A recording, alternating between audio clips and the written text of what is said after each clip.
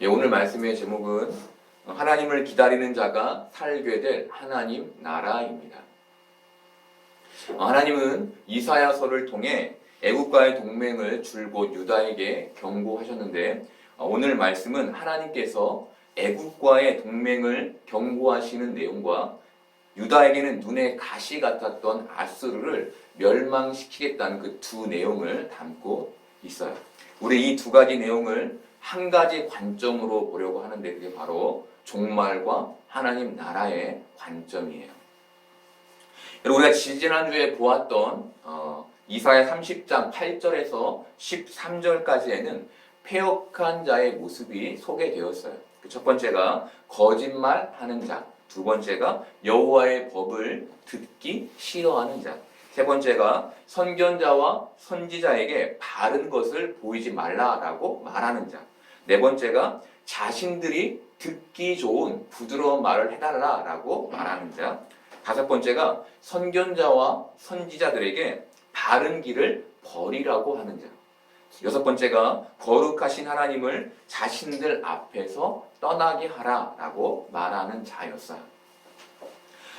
여러분, 이스라엘 관료들이 이렇게 하나님의 말씀을 듣기를 싫어했고 하나님과 동행하기를 싫어했어요.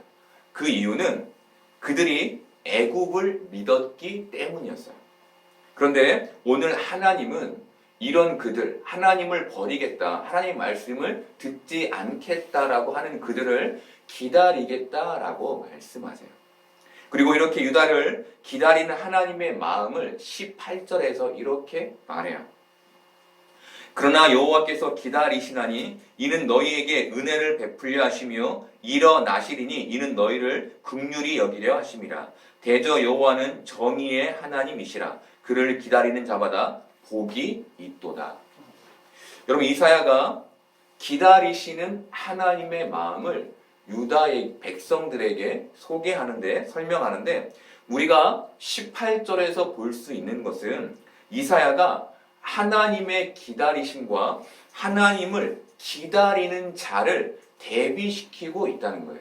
한 말씀에 하나님의 기다리심과 하나님을 기다리는 자들을 대비시켜 놓고 있는 거예요. 사랑하는 여러분, 이 본문이 우리에게 보여주는 게 있어요. 그것은 하나님께서 유다의 악한 자들, 유다의 죄 많은 자들이 돌아오기를 기다리실 때 유다의 남은 자들은 하나님을 기다리는 자로 이 땅을 살게 된다는 거예요. 여러분, 유다는 하나님께 선택된 민족이었죠. 그런데 그럼에도 유다는 하나님을 기대하며 기다리지 않았어요. 하나님은 그 악한 자들이 돌아오기를 기다리셨고 그 반대편에 남은 자들은 그들이 돌아오는 시간을 견뎌야 했던 거예요. 여러분, 악한 자들과 남은 자들의 관계에서 보면 악한 자들이 돌아오기를 기다리시는 그 하나님을 기다려야 하는 남은 자들의 삶이 억울하게 생각돼요. 그렇죠? 왜 나는 고통을 겪으며 기다려야 하는가라는 생각이 들죠? 그런데 우리가 이렇게 생각하는 이유는 우리가 남은 자라고 생각하기 때문이에요. 나는 남은 자지. 그래서 저들 돌아오기까지 내가 이 고통을 견뎌야 해 라고 생각하기 때문에 억울한 것이죠. 그런데 여러분, 만약 우리가 하나님께로 돌아가야 할 악한 자들이라면 지금 이 시간은 억울한 시간이 아닌 우리에게 굉장히 소중한 시간이고 감사한 시간이 돼요. 사랑하는 여러분, 우리가 남은 자인지 악한 자인지는 하나님이 아시죠. 그렇죠? 왜 이 말씀이 우리에게 소개됩니까? 우리가 하나님 앞에서 겸손해야 하기 때문이에요. 늘 내가 남은 자이지라는 자부심으로 사는 것이 아니라 늘 나는 악한 자이지. 나는 그 겸손함으로 살아야만 하나님 앞에 겸손한 백성이 될 수 있기 때문이에요. 여러분, 이사야는 18절의 마지막에 하나님을 정의의 하나님이다라고 소개하며 하나님이 기다린 자들이 아닌 하나님을 기다리는 자들에게 복이 있을 것이라고 말해요. 여러분, 정의가 뭡니까? 공평한 것이죠. 그렇죠? 예, 하나님을 기다리는 자들, 기다렸던 자들에게 하나님이 무엇인가로 갚아 주신다는 얘기를 하는 거예요. 그리고 그 복이 19절에 이렇게 설명돼요.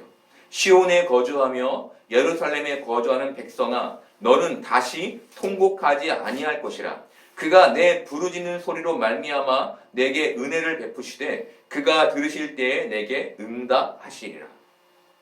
여러분, 시온에 거주하며 예루살렘에 거주하는 백성이라는 말은 두 가지 의미를 가져요.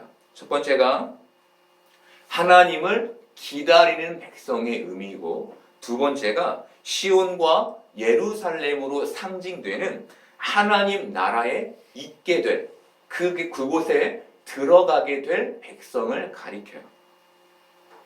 그래서 이 두 의미를 종합해 보면 하나님을 기다리는 백성이 하나님 나라에 들어가게 된다는 것을 우리는 볼 수 있어요. 사랑하는 여러분, 하나님 나라에 누가 있게 되는 겁니까? 이 땅에서 하나님을 기다리는 사람들이 하나님 나라에 있게 되는 거예요. 여러분, 이 시점에서 우리가 우리의 마음을 잘 살펴볼 필요가 있겠죠? 그렇죠? 네. 우리가 지금 하나님 나라를 기다리고 있느냐, 그렇지 않느냐가 굉장히 중요한, 하나님 나라에 들어가는 중요한 요소인 거예요. 여러분, 우리에게는 하나님 나라가 굉장히 멀리 느껴져요. 그런데 하나님이 뭐라고 말씀하십니까? 지금은 견딤의 때인데 너희는 하나님의 나라를, 하나님을 기다리는 자로 이 땅을 살아야 해 라는 말씀을 우리에게 해주시는 거예요. 그래야만 하나님 나라에 있게 돼 라는 것이죠.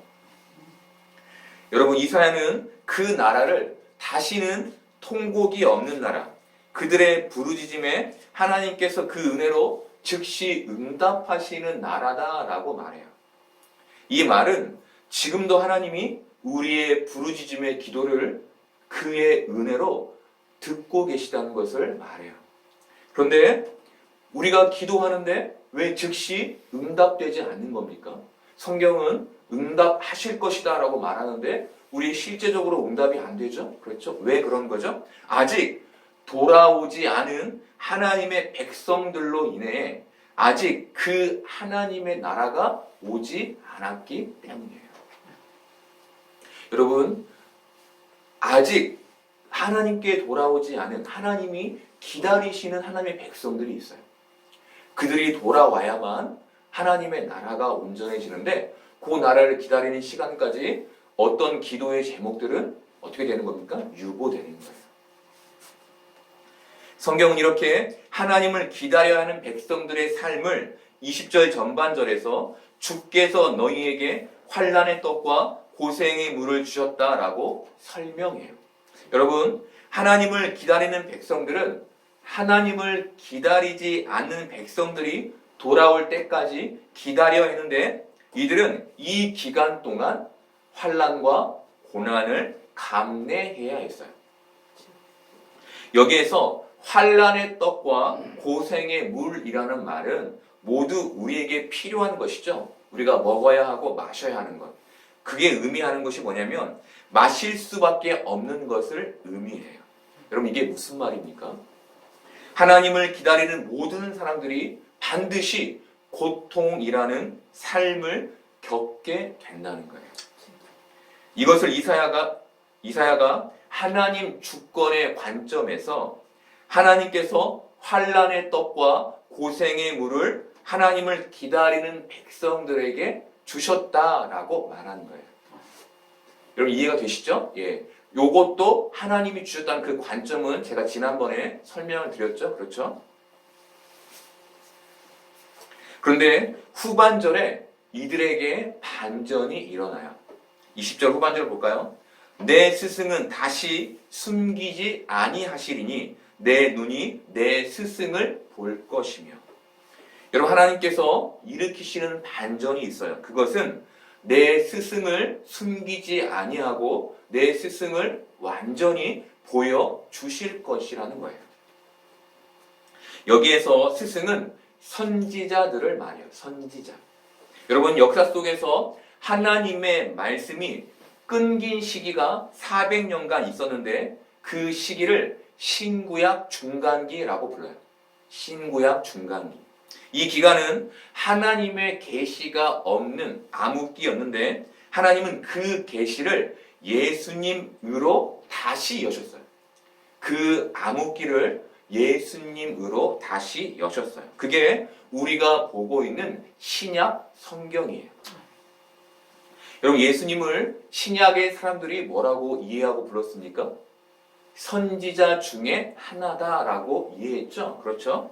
여러분, 내 스승은 다시 숨기지 아니하시리니 내 눈이 내 스승을 볼 것이며 라는 말씀을 하나님께서 예수님으로 성취하신 거예요. 하나님의 백성들에게 예수님은 숨겨질 수 없고 눈으로 보게 될 말씀의 성취이셨던 거예요. 사랑하는 여러분, 하나님께서 하나님을 기다리는 백성들에게 뭘 말씀하시는 겁니까? 하나님을 기다리는 백성들에게 환난의 떡과 고생의 물이 주어지지만 반대로 이들에게는 예수 그리스도라는 말씀이 주어지는 은혜가 있게 된다는 것을 말씀해 주시는 거예요. 여러분, 하나님을 기다리지 않는 백성들에게는 환난과 고생이 없어요. 대신 이들은 하나님을 의지하지 않기 때문에 이들에게는 하나님의 말씀이 숨겨져요. 그런데 하나님을 기다리는 백성들에게는 환난과 고생이 주어져요. 대신 이들에게는 하나님의 말씀이 밝히 드러나게 되는 거예요. 그래서 신약 시대의 서기관과 바리새인들은 예수님을 그리스도로 바라보지 못했지만 가난한 자, 창녀, 죄인들은 예수님을 그리스도로 바라볼 수 있었던 거예요. 사랑하는 여러분, 우리는 예수님을 그리스도로 바라보는 사람들이죠. 그렇죠? 그래서 우리의 삶에 환난과 고생이 있을 거예요. 그런데 우리가 꼭 봐야 하는 게 무엇입니까? 환난과 고생이라는 어려움 속에 하나님께서 하나님의 은혜를 숨겨 놓으셨는데 우리가 그 환난과 고생을 겪으며 하나님의 말씀이신 예수님이 우리에게 가려지지 않고 밝히 보이게 될 거라는 거예요. 그분을 밝히 보고 그 은혜를 깨닫고 경험하게 되는 그 은혜가 우리에게 주어지게 된다는 거예요. 이에 21절에서는 스승이 우리의 삶을 어떻게 인도하시는지를 말해줘요. 우리 21절 볼까요? 너희가 오른쪽으로 치우치든지 왼쪽으로 치우치든지 내 뒤에서 말소리가 내 귀에 들려 이르기를 이것이 바른 길이니 너희는 이리로 가라 할 것이며. 세상에서 오른쪽이나 왼쪽으로 치우치는 하나님의 백성들에게 온전한 하나님의 말씀이 선지자를 통해 전해져요. 여러분, 학자들은 백성들이 오른쪽이나 왼쪽으로 치우치는 것을 현실의 어려움으로 해석해요. 그런데 저는 그것보다는 현실의 어려움 가운데 그들의 마음이 하나님을 믿지 못하고 세상에 이리저리 흔들리는 것으로 봐요. 그런데 이때 하나님을 기다리는 이들에게 있게 되는 은혜는 하나님의 올바른 말씀이 그들에게 들려지게 되는 거예요. 여러분, 판단은 어떤 겁니까? 판단? 좌나 우 중에 하나를 선택하는 것이죠. 우리가 현실에서 우리에게 이로운 쪽을 선택하게 돼요. 그렇죠. 우리가 현실을 살면서 늘 우리는 우리에게 이로운 쪽을 선택하게 되는데 그게 좌나 우가 되는 거예요. 그런데 예수님은 그렇게 좌나 우로 치우치는 우리에게 바른 길을 제시하시는 거예요. 누가 우리에게 바른 길을 제시하십니까? 예수님께서 그 길을 제시하시는 거예요. 우리 요한복음 8장 14절에서 16절까지를 볼까요? 예수께서 대답하여 이르시되 내가 나를 위하여 증언하여도 내 증언이 참되니 나는 내가 어디서 오며 어디로 가는 것을 알거니와 너희는 내가 어디서 오며 어디로 가는 것을 알지 못하느니라. 너희는 육체를 따라 판단하나 나는 아무도 판단하지 아니하노라. 만일 내가 판단하여도 내 판단이 참되니 이는 내가 혼자 있는 것이 아니요 나를 보내신 이가 나와 함께 계심이라. 여러분, 예수님은 사람들이 육체를 따라 판단한다라고 말해요. 이게 좌나 우를 말하는 것이죠. 그런데 예수님은 자신은 아무도 판단하지 않는다라고 말씀하세요. 육체를 따라 판단한다는 것은 앞에서 설명했듯이 자신에게 이로운 쪽을 따라 판단하며 하여 선택하는 거예요. 그런데 예수님은 자신의 판단은 참되다고 말씀하시며 그 이유를 나를 보내신 이가 나와 함께 하시기 때문이다 라고 말씀하세요. 예수님의 판단이 하나님의 판단이라고 말씀하시는 거예요.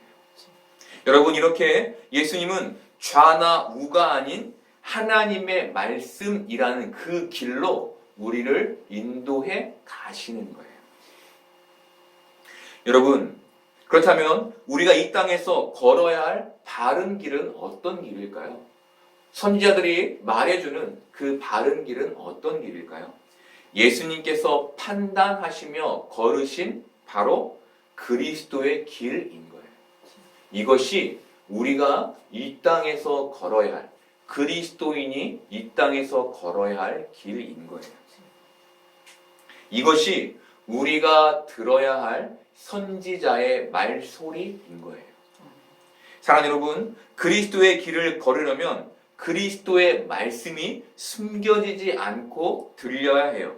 그런데 하나님께서 하나님을 기다리는 자들에게 그것을 여시겠다라고 말씀하신 거예요.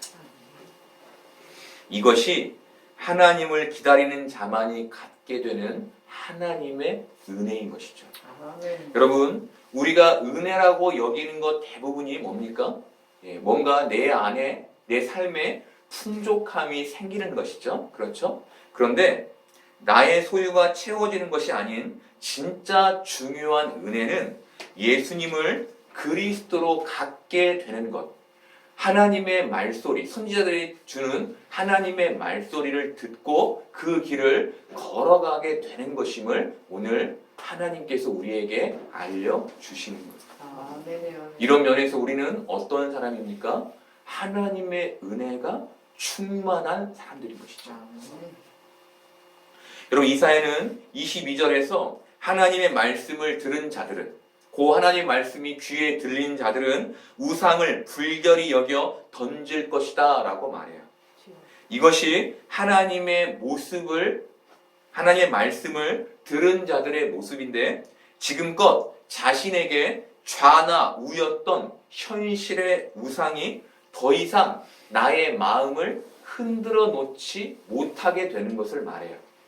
지금껏 나의 마음을 좌나 우로 흔들었던 그것을 내가 불결한 것으로 알고 던져버리는 것, 그것이 바로 우리 은혜를 가진 그리스도의 길을 걷는 자들이 가게 될 길인 것을 우리에게 알려주는 거예요. 여러분, 그렇다면 우리가 좌로나 우로나 치우치지 않고 있다는 것을 어떻게 알 수 있을까요? 우리가 세상에서 평강을 신실하게 유지하는 것으로 알 수 있어요. 물론 신앙의 성장기에는 폭풍과 같은 현실에 그 마음이 하나님 앞에서 평강을 이룰 수 있죠.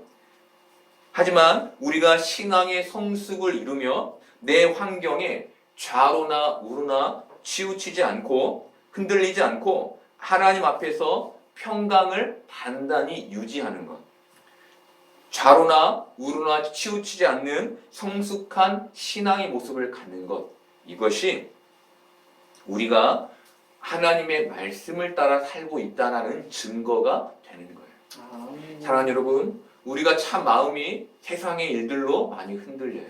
이 흔들림은 사실 어찌 보면 우리가 어려움과 고통 때문이지만 그 이면에는 하나님을 믿지 못하고 하나님을 의지하지 못하는 모습이 숨겨져 있는 거예요.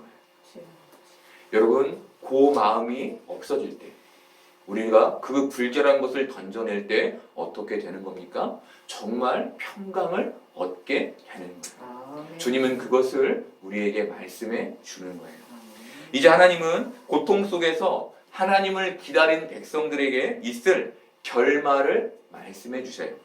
그런데 그들이 땅에 뿌린 종자에 하나님께서 비를 주셔서 땅이 먹을 것을 풍성히 내고 그들이 기르던 가축들이 맛있게 먹게 될 것이다 라고 말해요.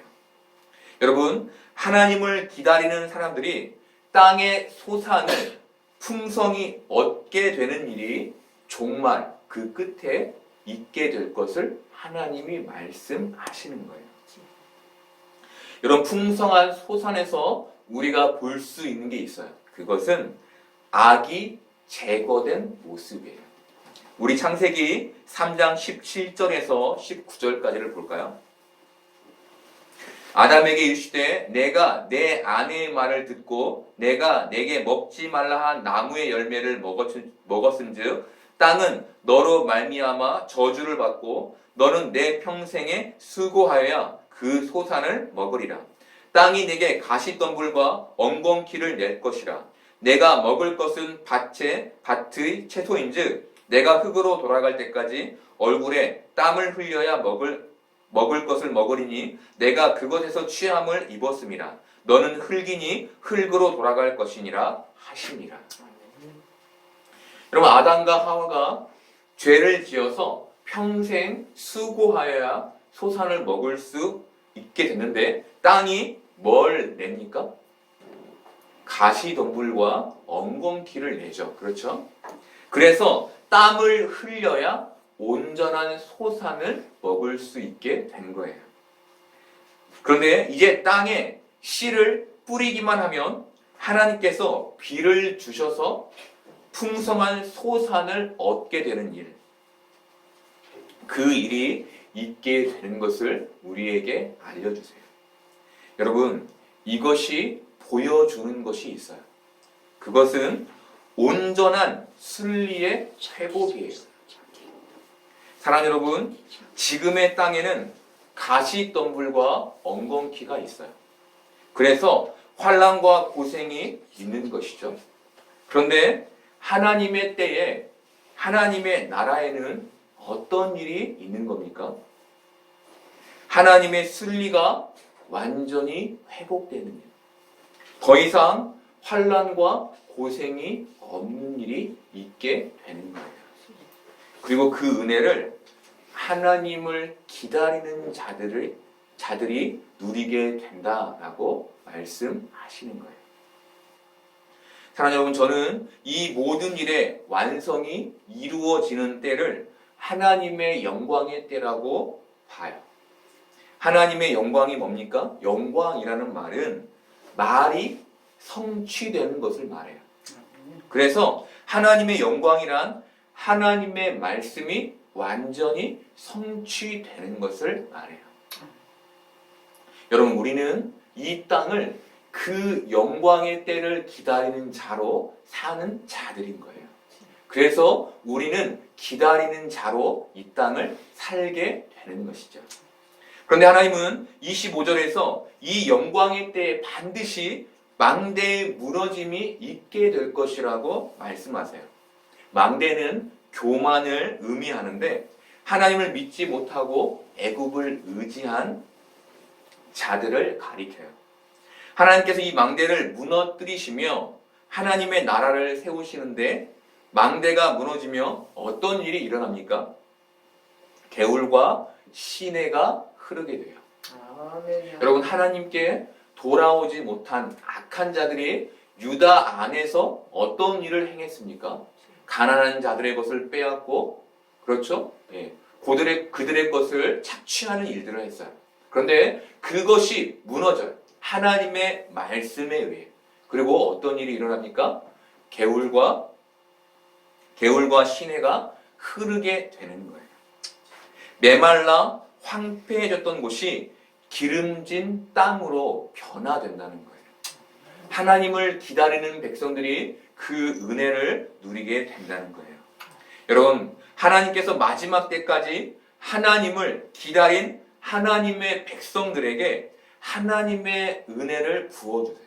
그런데 그들에게 하나님의 순리가 회복되는 일, 다른 말로 하늘의 은혜가 기름지게 채워지는 일이 있게 되는 것, 이것을 하나님이 우리에게 말씀해 주시는 거예요.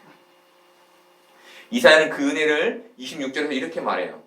여호와께서 자기 백성의 상처를 싸매시며 그들의 맞은 자리를 고치시는 날에는 달빛은 햇빛 같겠고 햇빛은 7배가 되어 7날의 빛과 같으리라. 네. 여러분, 하나님은 종말의 때 달빛은 햇빛과 같이, 그리고 하루의 햇빛은 7날의 햇빛을 합친 것 같이, 그렇게 밝은 빛을 하나님을 기다리는 백성들에게 비춰 주신다고 하세요. 아멘. 하나님을 기다림으로 환난과 고생이라는 어두운 터널을 지나온 하나님의 백성들에게 하나님께서 온전한 빛으로 그 기다림을 보상하시는 것, 이것이 하나님을 기다리는 백성들이 보게 되고 경험하게 될 은혜임을 하나님께서 우리에게 말씀하시는 거예요. 사랑하는 여러분, 저는 하나님의 은혜가 이 땅에서 우리에게 풍성한 소산으로 이미 부어지고 있다고 믿어요. 우리가 간혹 또 좀 자주 힘들고 어렵지만 하나님의 은혜가 우리에게 부어지고 있다고 저는 믿어요. 그런데 저는 우리가 그것을 조금 뛰어넘기를 바라요. 하나님이 계신 자리가 천국의 자리인 것을 우리가 알고, 우리가 이 땅에서 환난과 고생의 물을 마실지라도 신실하게 하나님을 바라보며 천국을 잃지 않는 우리가 되기를 바라요. 여러분, 이제 하나님은 아수르의 멸망을 말씀하세요. 말씀이 갑자기 아수르의 멸망으로 바뀌는데, 하나님께서 이렇게 말씀을 바꾸시는 이유는 애굽을 의지하고 있던 유다가 하나님의 강한 힘을 알고 보고 돌아오기를 바라셨기 때문이었어요. 여러분, 아수르는 바벨론에 멸망하게 되는데, 아수르의 기세가 꺾이게 된 것은 히스기야 왕 시대에 예루살렘을 포위했던 아수르가 전염병으로 18만 5천 명의 군사를 잃게 되면서예요. 여러분, 이 시대의 아수르는 무소불위의 존재였는데 하나님께서 그들의 멸망을 말씀하시자 어떤 일이 일어난 겁니까? 그들 안에 죽음의 일, 멸망의 일이 일어난 거예요. 하나님의 말씀이 현실에서 성취된 것이죠. 사랑하는 여러분, 하나님의 말씀의 성취 중 우리에게 가장 중요한 성취가 있어요. 그것이 무엇입니까? 하나님께서 말씀하신 예수님의 탄생이에요. 예수님의 탄생이 중요한 이유는 예수님의 탄생이 모든 악한 세력을 완전히 멸망시키신 하나님의 능력과 힘과 승리를 보여주기 때문이에요. 여러분, 하나님께서는 33절에서 도벳이 이미 세워졌다고 말씀하세요. 도벳은 예루살렘 남서쪽에 있는 흰놈의 골짜기를 가리키는데, 이곳에서는 어린 아이를 불로 태우는 몰레그 제사가 이루어졌던 곳이에요. 이곳이 세워졌다라고 하나님 말씀하신 것은 아수르 왕을 위해 예비되었다는 말이에요. 그들에게 완전한 멸망이 준비되어 있다라는 것을 말씀하신 거예요. 또한 이사야는 그곳에 불과 많은 나무가 준비되어 있어서 여호와의 호흡이 유황 개천같이 흐를 것이다 라고 말해요. 뭘 말하는 겁니까? 악의 완전한 멸망, 하나님의 말씀의 성취를 말하는 거예요. 여러분, 유다의 교만한 자들은 아수르에게 예언된 멸망의 예언을 듣고 또 아수르의 멸망을 보고 그들의 마음을 돌이켜 하나님께 왔어야 했어요. 그런데 유다는 어떻게 합니까? 그들의 마음을 하나님께 돌이키지 않았어요. 여러분, 그들의 마음을 하나님께 돌이키지 않은 이유가 있는데 그것은 그들의 마음이 강팍했기 때문이었어요. 그들의 마음이 강팍해서 하나님의 말씀을 듣지 못한 거예요. 이렇게 우리가 예배를 드리고 있죠. 제가 설교를 이렇게 하고 있는데 설교를 듣지만 듣지 못하는 자. 우리가 말씀을 읽어요. 말씀을 읽지만 읽지 못하는 자가 있는 거예요. 왜 그렇습니까? 그 마음이 강팍해서인 거예요. 하나님은 이런 이들에게 그 말씀이 성취되는 것을 보여주시며 너희의 그 강팍한 마음을 하나님의 말씀으로 돌이키기를 원하시는 거예요. 그래서 그 강한 힘을 아수르에게 또한 지금 우리의 삶에 보여주시는 거예요. 그렇다면 악의 세력이 전멸될 때 우리의 모습은 어떨까요? 우리 29절 볼까요? 너희가 거룩한 절기를 지키는 밤에 하듯이 노래할 것이며 피리를 불며 여호와의 산으로 가서 이스라엘의 반석에게로 나아가는 자 같이 마음에 즐거워할 것이라. 여러분, 이게 하나님의 말씀 가운데 있는 자들의 모습이 될 거예요. 여러분, 이 세상은 사람들이 믿든 그렇지 않든 하나님에 의해 다스려지고 있어요. 그래서 종말의 때에 반드시 악한 세력들은 멸망하게 되고 하나님을 기다리는 자들은 이스라엘의 반석이신 예수 그리스도로 인해 하나님의 나라로 인도될 거예요. 이게 우리가 이 땅에서 들어야 할 하나님의 메시지인 거예요. 사랑하는 여러분, 우리는 하나님과 하나님 나라를 기다리는 자로 이 땅을 살고 있습니까? 우리는 이 시간뿐만 아니라 말씀을 읽을 때나 또 다른 설교를 들을 때 정말 하나님의 말씀을 강팍한 마음을 버리고 듣고 있습니까? 우리가 때론 세상에서 좌로나 우로나 흔들릴 거예요. 하나님의 말씀이 들리지 않을 때가 있을 거예요. 하지만 우리에게 하나님의 말씀을 숨기시지 않는 하나님의 은혜를 따라 우리에게 보여주신 예수 그리스도의 길을 우리가 걷기를 바라요. 잠깐 좌로나 우로나 치우칠 수 있지만 다시금 하나님께서 말씀하신 예수 그리스도의 길을 우리가 걸을 수 있기를 바라요. 그렇게 우리가 하나님을 기다리며 하나님의 길을 걸어가는 사람들이 되기를 바라고 후에 하나님의 풍성한 은혜의 빛을 경험하는 복된 사람들이 되기를 바라요. 아멘. 여러분, 우리 말씀 한 절 같이 좀 읽기를 바라요. 우리 로마서 8장 18절에서 25절까지를 우리가 한 목소리로 같이 읽기를 바라요. 이 말씀이 바울이 정리해 놓은 건데 오늘 말씀을 잘 정리하고 있어요. 우리가 잘 같이 읽을까요? 생각하건대 현재의 고난은 장차 우리에게 나타날 영광과 비교할 수 없도다. 피조물이 고대하는 바는 하나님의 아들들이 나타나는 것이니 피조물이 허무한데 굴복하는 것은 자기 뜻이 아니요 오직 굴복하게 하시는 이로 말미암음이라. 그 바라는 것은 피조물도 썩어짐의 종 노릇한 데서 해방되어 하나님의 자녀들의 영광의 자유에 이르는 것이니라.